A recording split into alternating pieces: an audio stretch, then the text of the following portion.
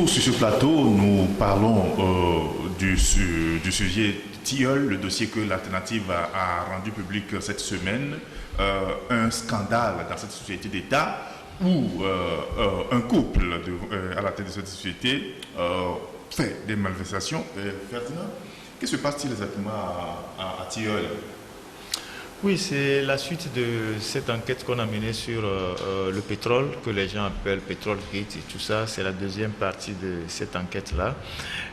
Moi, je rappelle que quand nous faisons nos investigations, on ne s'acharne pas sur des familles, sur des gens, sur des couples, tout ça, non. Et lorsque des gens manipulent les biens publics, lorsque les gens manipulent l'argent qui appartient à tous les Togolais, ils doivent rendre compte. Et les journalistes sont là pour faire des investigations, pour savoir comment les sociétés sont gérées. Si vous êtes dans votre propre maison, vous gérez votre boutique, personne ne viendra parler de vous parce que c'est pour vous. Alors, la société Tilleul, c'est une société qui a été créée sur les cendres de Shell. Parce que lorsque Shell a décidé de quitter l'Afrique, dans une quarantaine de pays d'Afrique, y compris le Togo, il y avait une clause qui imposait à Shell qu'elle ne pouvait pas vendre ses actions sans le consentement des autres actionnaires togolais. Et donc Shell n'a pas pu se débarrasser. Shell voulait vendre ses actions à Vivo, au groupe Vivo, mais ils n'ont pas pu vendre ses actions. Donc le Togo a racheté les actions de Shell. Et le Togo est devenu majoritaire à 75% de ce complexe-là. En fait, c'est trois sociétés différentes que Shell gérait. Et il y avait Shell qui s'occupait des services que tout le monde voyait, les stations d'essence, lubrifiant, tout ça. Il y avait STSL, société togolaise de stockage de Lomé. C'est l'une des plateformes, c'est l'un des grands dépôts de la sous-région. On ne le dit pas souvent assez, 270 millions de litres. C'est très vaste, c'est plus grand que la Côte d'Ivoire, même le Bénin. Et donc, c'est le plus grand compartiment des trois sociétés. Et puis il y a Compel. Compel, c'est le comptoir pétrolier de Lomé. Alors, cette société est revenue à l'État. L'État l'a racheté et l'a mis sous l'administration de Togo Invest. Ils ont créé une grosse boîte qu'ils appellent Togo Invest, dont le PCA est embarqué et le DG a pour nom Ekwe Samuel Mivedor, le fils de l'ancien ministre Mivedor, un ancien de la BAD. Et donc, il a été porté à la tête de Tilleul, qui est l'un des bras de ce complexe-là, une dame, bon, je ne vais pas rentrer dans les particularités, les noms, tout ça, une dame qui a hérité de la gestion, qui a pris la gestion et qui dirige les trois groupes, les trois sociétés. Et le président du conseil d'administration, c'est le secrétaire général de la présidence, M. Tevi Bénissan. Et donc, dans cette investigation, on s'est rendu compte que la société était très mal gérée. Ça fait 2 ou 3 ans que Tilleul est créé, vous ne trouvez aucune trace dans le budget de l'État, dans la loi de finances, de ce que Tilleul apporte à l'État togolais.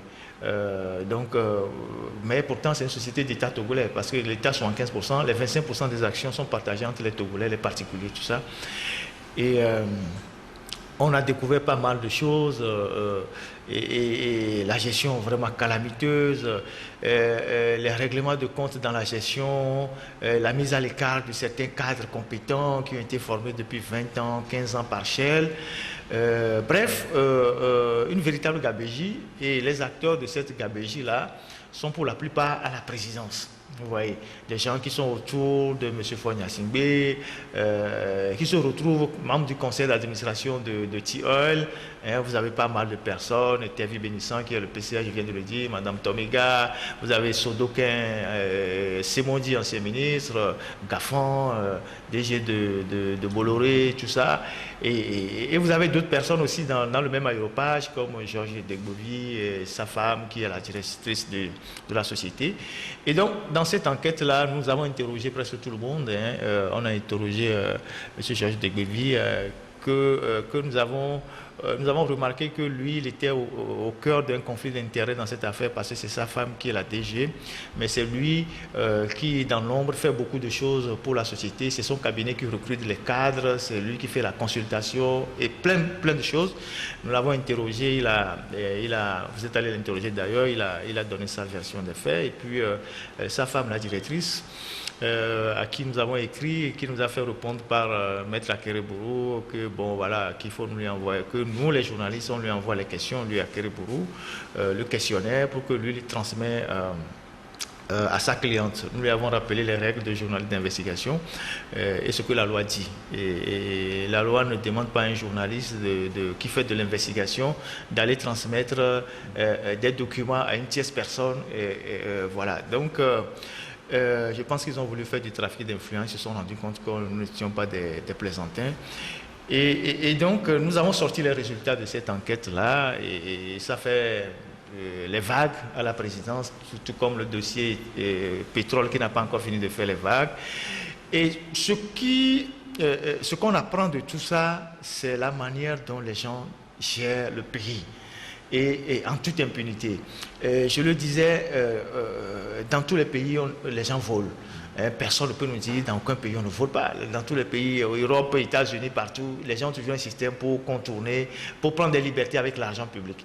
Mais lorsque le vol devient une compétition dans un pays, sans qu'il y ait personne à la tête de ce pays pour taper sur les doigts des gens, ça devient extrêmement grave. Ce que nous constatons aujourd'hui, c'est que au Togo, la corruption, le vol, le détournement des deniers publics est devenu une compétition. Vous avez les gens, depuis qu'on a sorti les dossiers sur le pétrole, les gens disent oui, laissez les petits journalistes là, ça va passer comme le scandale de la route de Lomé-Vaugan, qui ne se passera rien, qu'ils sont sereins parce qu'ils n'ont pas mangé seuls, et ils savent que les gens qui bénéficient de leur largesse ne vont jamais les lâcher. Voilà, et ça, c'est le résultat de ce que nous avons nous-mêmes créé, à savoir que les dirigeants sont devenus des commerçants.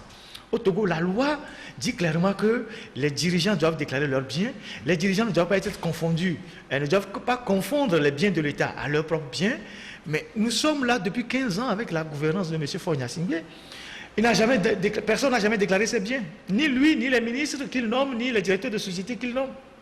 Et du jour au lendemain, vous retrouvez des gens qui deviennent des multimillionnaires, qui construisent des maisons, des domaines, qui achètent des voitures de luxe, des Porsche, des Cayenne, tout ça qui circule à Lomé, pendant que dans un village à côté, il n'y a pas d'eau potable, les lits dans les hôpitaux sont crasseux, et il n'y a pas d'argent pour mettre les scanners à disposition des populations pour les soigner. Et franchement, ça commence par faire un peu trop. Et donc nous on a fait ce dossier là, comme je le disais tantôt, je mets le cas de Tilleul dans l'ensemble de la gestion de toutes les autres sociétés qui est une gestion scandaleuse. Aujourd'hui par exemple, personne ne sait ce qui se passe à la Lonato, ils n'ont jamais rendu compte à personne, mais aujourd'hui l'une des plus grandes activités à Lomé aujourd'hui c'est la Lonato. Vous avez tout le monde est en train de jouer le loto là, les premiers bêtes, tout ça, et ces gens-là engrangent des milliards, personne ne sait ce qui se passe avec cet argent. Vous avez le TP3, tous les tickets qu'on collecte là-bas, personne ne sait où vont ces sous. Vous avez des domaines qui sont là, qui sont gérés de façon vraiment opaque, sans qu'il y ait personne pour dire, écoutez, il faut arrêter la pagaille, maintenant ça suffit. Et donc, voilà ce qu'on a eu à faire sur Tilleul, et tous les lecteurs ont pris connaissance de cet article-là et ce que cela révèle. Merci beaucoup Ferdinand. Vous êtes au fond citoyen Togo debout. Vous avez fait publier un communiqué hier pour dénoncer, et vous vous étonnez du silence des autorités par rapport à cette affaire-là, ce scandale. Ça, vraiment,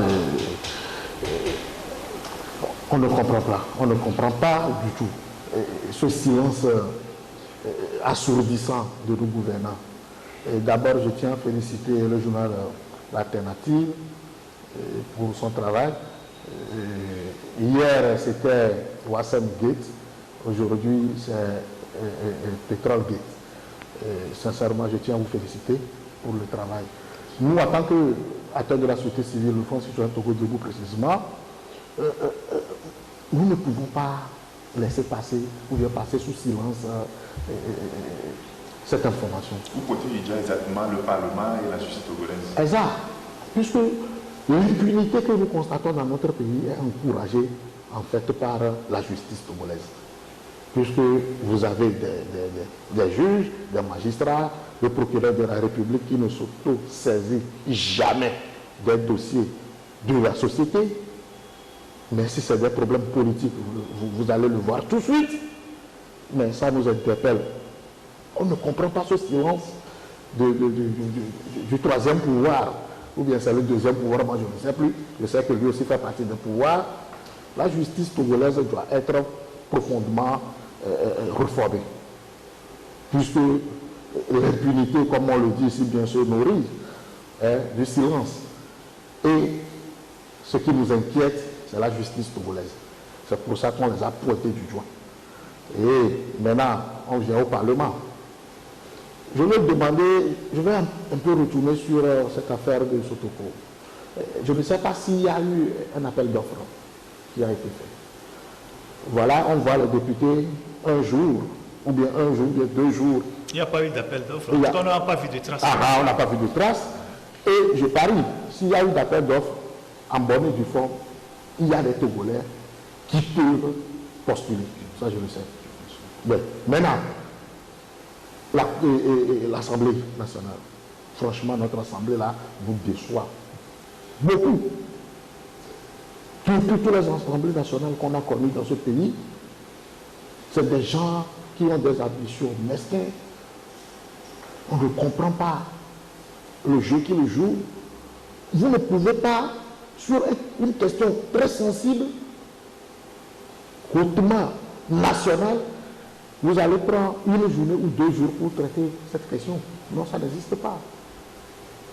Et je me dis que peut-être que ces députés-là, ils ont eu même ce dossier-là avant même le jour-là. Il y a un député qui a déclaré qu'il n'y a pas matière à interpeller là-dessus. Oh non, laisse-le dire, c'est pas ce qu'il dit. C'est pas ce qu'il dit. En réalité, si les choses marchent normalement dans ce pays, qu'il le connaît pour le voter, c'est ça le problème. Vous comprenez? Nous, notre problème, je l'ai dit tantôt que c'est un problème de légitimité. Si ce monsieur est vraiment élu, vous pensez qu'il peut dire ça? Lui qui a des comptes à rendre à ses électeurs, il va tenir ces propos-là. Il a oublié quelque chose. Hein. Ce qu'il a dit là, ça n'arrange pas son mentor, J-Chris Olympio. Il est en train de salir la politique de J-Chris Olympio. Mais il a oublié que J-Chris Olympio a cette magie-là de renvoyer les députés de l'Assemblée. Il n'a qu'à demander à ses prédécesseurs. Ah ben ça, c'est une réalité. Je ne mens pas. Vous le savez. Mais ce qu'il dit là, il n'a qu'à faire beaucoup attention. Alors, je reviens sur cette question de Tion. Bon. C'est comme ça que nos sociétés se portent dans le pays. Vous comprenez? Et vraiment, c'est dommage que des gens confondent la chose publique aux choses privées. Le pétrole a toujours causé des problèmes dans ce pays, puisqu'on a eu des morts. Je ne sais pas pourquoi l'État veut faire du business. L'État, en tant qu'entité, n'est pas commerçant. Ça, ils doivent libérer ce commerce-là, libérer ça. Et laisser les Togolais, ceux qui ont des moyens, puissent s'en charger de ce secteur d'activité. Mais l'État même accapare ça. Il n'y a pas de compte. Regardez, si vous prenez le budget, depuis que le TIE est arrivé, c'est vrai qu'il n'y a aucune trace.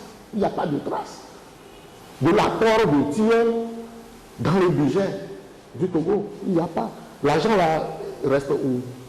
D'ailleurs, on ne sait même pas où il s'approvisionne en pétrole. On ne le connaît même pas. Ce que je sais, c'est que les prix sont très exorbitants. Et même si le baril est diminué à l'international, ici le Togo, le prix est stagnant, ça ne diminue pas. Si ce n'est pas cette histoire de Covid-là qui a fait diminuer, même diminuer ça même. Ce n'est pas diminuer ça. Nous devons connaître là où vous vous approvisionnez. C'est la première des choses. Ensuite, nous devons avoir la vérité des prix. Combien vous payez le pétrole? Chez qui vous payez le pétrole? Mais on doit gérer le pays d'une manière transparente que tout le monde puisse avoir ses yeux dans la gestion du pays. C'est comme ça que ça se fait. Si vous cachez quelque chose, si vous ne voulez pas faire que les choses soient claires, c'est comme si vous vous reprochez de quelque chose. Donc, ils n'ont qu'à nous aider à les aider. Ils n'ont qu'à nous aider à les aider. Ça veut dire qu'il faut qu'il y ait une transparence dans la gestion de nos sociétés, dans la gestion des affaires du Togo. Moi, je suis togolais. Et normalement, je dois bénéficier d'une couverture sociale. Je dois bénéficier d'une couverture sociale. Puisque je suis togolais, ça me donne le droit de bénéficier de mon pays. Mais on n'a rien. On parlait tantôt de la sûreté, avec cette histoire de cash power aussi. C'est quoi des choses comme ça? Nous sommes des Togolais, on ne peut pas vivre de notre... Ce que Dieu nous a donné, c'est Dieu qui nous a dit, c'est Dieu qui nous a fait Togolais, non? Oui. Donc on doit bénéficier de ce qui se trouve sur la terre togolaise. C'est comme ça. Donc s'il y a des gens qui confisquent le bien public en font un bien personnel, c'est dommage. Je l'ai dit, la jeunesse doit se réveiller pour corriger ce genre de choses. Nous aussi, nous voulons quitter les émigrants pour faire des affaires et pour rester dans des bureaux. Ça doit être le souhait de nos compatriotes. Mais si cette chose-là perdure, la faute est à qui? À nous, la jeunesse, qui ne veut pas faire confiance, qui ne veut pas s'intéresser à la gestion du pays. Par exemple, la société civile vous convoque pour telle action, vous ne voyez personne. Mais qui va changer ça à notre place? C'est ça le problème. Qui va changer ça à notre place? C'est vrai, ce que vous nous dites en coulisses, c'est ça qu'on vient dire en public. Maintenant, il faut que l'action accompagne ce que nous disons. Vous nous mandatez, nous venons parler à votre nom. Maintenant, accompagnez-nous si on vous appelle, sortez massivement. C'est ça le problème. Le jour où les Togolais veulent que cette histoire-là, cette manière de diriger le pays, cette manière de diriger nos sociétés d'État cesse, ça va cesser. Là, nous profitons pour leur dire, il n'est pas encore tard. La jeunesse n'a qu'à se réveiller, s'intéressons à la gestion du pays, aux choses publiques. Ça aussi fait partie du civisme et du patriotisme. Nous devons montrer tous que nous sommes des patriotes, que nous aimons notre pays, nous voulons le bien de notre pays, nous voulons le bien de tout le monde. Voilà. Oui. Ferdinand, il y a une chose qu'on ne comprend pas dans ces genres d'investigation de dossiers. Certains qui ont cette prétention de faire ombrage à la publication de ces types d'articles, ils ne passent pas des personnes et autres là. Vous avez non, ça arrive, mais bon, on ne va pas trop en parler, ça arrive. Moi, j'ai toujours eu à dire ici que nous devons travailler à bâtir une presse très forte dans ce pays pour être un contre-pouvoir, parce que on a senti que nos organisations politiques sont énormément affaiblies, les partis politiques, je veux dire, si bien que même pour réagir sur des questions d'intérêt public, on ne les sent pas.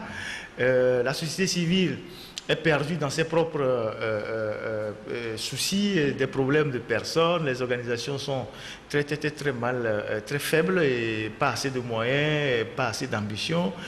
Et aujourd'hui, il n'y a que la presse. Et nous devons vraiment travailler à avoir une presse très forte ici, à être les porte-voix de ceux qui sont vraiment les laissés pour compte dans ce pays. Et ça vaut aujourd'hui, ça vaudra pour demain. Parce que demain, si d'aventure nous avons un changement dans ce pays, il faut des médias très forts pour contrôler les actions des politiques. Sinon, on va retomber dans les mêmes travers. Et donc, aujourd'hui, nous essayons de faire, avec tous les risques que nous courons, parce que quand vous touchez les dossiers que nous sommes en train de toucher là, vous imaginez les menaces, les pressions, les trafics d'influence, le stress que nous avons souvent. Mais je pense qu'il faut des gens pour le faire, pour réveiller les Togolais, pour informer les Togolais, pour leur dire voilà ce que les gens sont en train de faire avec votre argent, notre argent, ce qui nous appartient à nous tous. Et dans un pays normal, il n'est pas question que nous continuons pas à laisser faire. On ne va pas seulement s'adresser à la justice. on ne va pas seulement s'adresser au Parlement. Ils peuvent être des institutions, le Parlement, la justice peuvent être des institutions inféodées à ceux qui pillent le pays. La population même doit apprendre à réagir et à demander des comptes aux dirigeants. Vous avez vu là, au Niger, au Mali, tout ça, au Niger, il y a un scandale sur des surfacturations de matériel militaire. Les gens ne baissent pas les bras. Au Mali, tout a commencé, c'est vrai, c'est des problèmes politiques, mais tout a commencé par les questions de corruption. Et donc, je pense que ces genres de choses, nos populations sont beaucoup plus sensibles. Vous avez constaté que ces temps-ci, les factures de la CET sont montées en flèche. On n'explique à personne comment est-ce que les factures sont devenues, subitement, les factures sont devenues chères. Il faut que les gens le comprennent. Parce que ce sont des gens qui paient les factures. Et on va prendre 20 milliards à la BOAD pour payer les factures de la CET. Alors, qu'est-ce que la CET, lui, elle autre fait avec l'argent que nous nous donnons, les factures que nous payons? La CET fait quoi? Ils font de la gabégie, ils font de la gestion opaque, et maintenant, pour payer eux-mêmes leur propre turpitude, on va faire encore un prêt à la BOAD. Pendant ce temps, les factures des pauvres populations continuent d'augmenter. Ça crée même des problèmes dans les maisons où les gens sont en location. On dit oui, on partage la facture qui est venue, certains ne sont pas d'accord, tout ça. Et donc je pense que nous sommes tous victimes de tout ce que nous dénonçons là. Et je l'ai dit, je continue de le dire, c'est nous qui payons la facture de la corruption. Quand les gens s'enrichissent, c'est les pauvres populations qui payent la facture de la corruption. Et vous savez très bien que la CET aussi achète le carburant pour faire tourner ses groupes. Alors si le carburant lui-même, son importation est au centre d'un scandale, ça veut dire que même que ce scandale impacte même sur l'achat de la CET et ça impacte maintenant sur le consommateur que nous sommes. Donc, essayons de nous réveiller. Et essayons je sais pas, de s'intéresser beaucoup plus aux problèmes de notre pays. Aujourd'hui, les jeunes, ils sont où? Dans les bars. Il y a plus de 25 000 bars identifiés à Lomé, en pleine ville, centre-ville. Je ne parle pas encore de la banlieue. Ça veut dire que nous sommes en train de fabriquer une génération de soulards. Il y a les histoires de l'auto qui sont dans tous les quartiers maintenant, avec même les jeux chinois qui sont cachés que personne ne découvre. Il y a les Chinois qui mettent les machines à sous cachés dans les bars. Ils viennent, ils ramassent les pièces, ils envoient en Chine, que personne ne dénonce. Nous avons déjà eu à écrire là-dessus. Alors, si nous ne sauvons pas notre jeunesse de la dérive, quel genre de citoyens nous allons utiliser demain pour bâtir le pays? C'est ça qui reste, nous, notre préoccupation. Et nous, les hommes de médias, des journalistes, nous essayons d'attirer l'attention, de faire de la sensibilisation, de réveiller les consciences. Et ce n'est pas facile pour nous, mais c'est un devoir et c'est notre devoir de le faire. Et donc, voilà, et nous restons droits dans nos bottes quand il faut le faire.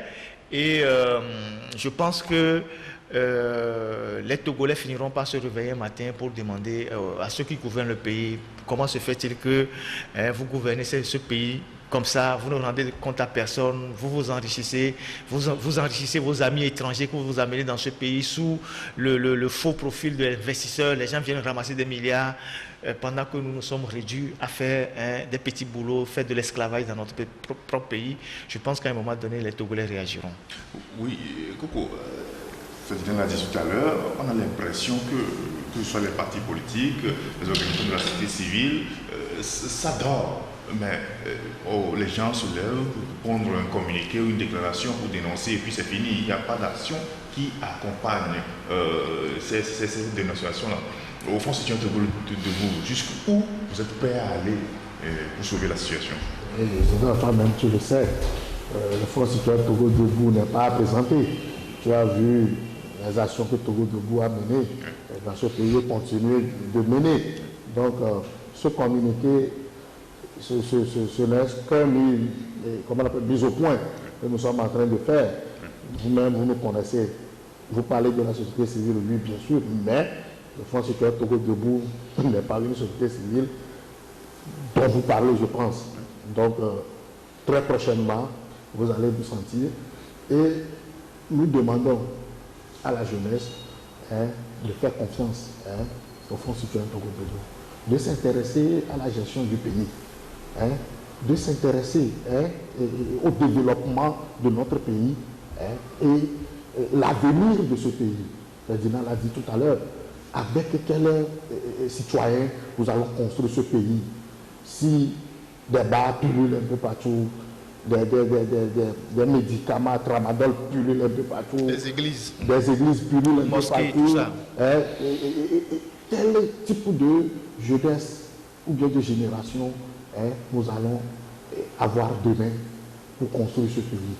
Donc, le problème n'est pas seulement au niveau de la société civile, mais moi, la société civile que je représente, qui représente la plus grande partie du Togo, cette société civile-là ne dort pas. Cette société civile-là demande aux Togolais de lui faire confiance.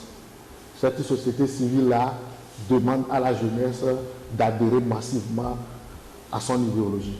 Donc, je pense que très bientôt, nous allons commencer encore par éduquer, à sensibiliser nos concitoyens, à les réveiller de leur sommeil, à toucher les couches, toutes les couches sociales de notre pays, pour leur montrer l'enjeu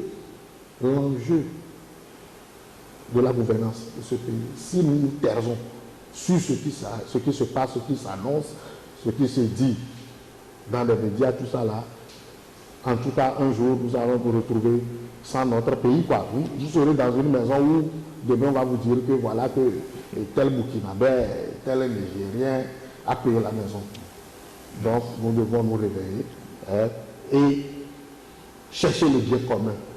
Chercher le bien commun, c'est-à-dire le développement de notre pays, l'avenir de nos enfants, de nos petits frères et de nos jeunes sœurs.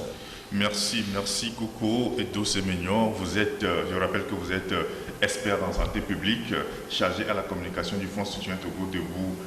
Merci d'être passé sur notre plateau. Merci Résident de m'avoir invité. À la prochaine. Merci beaucoup.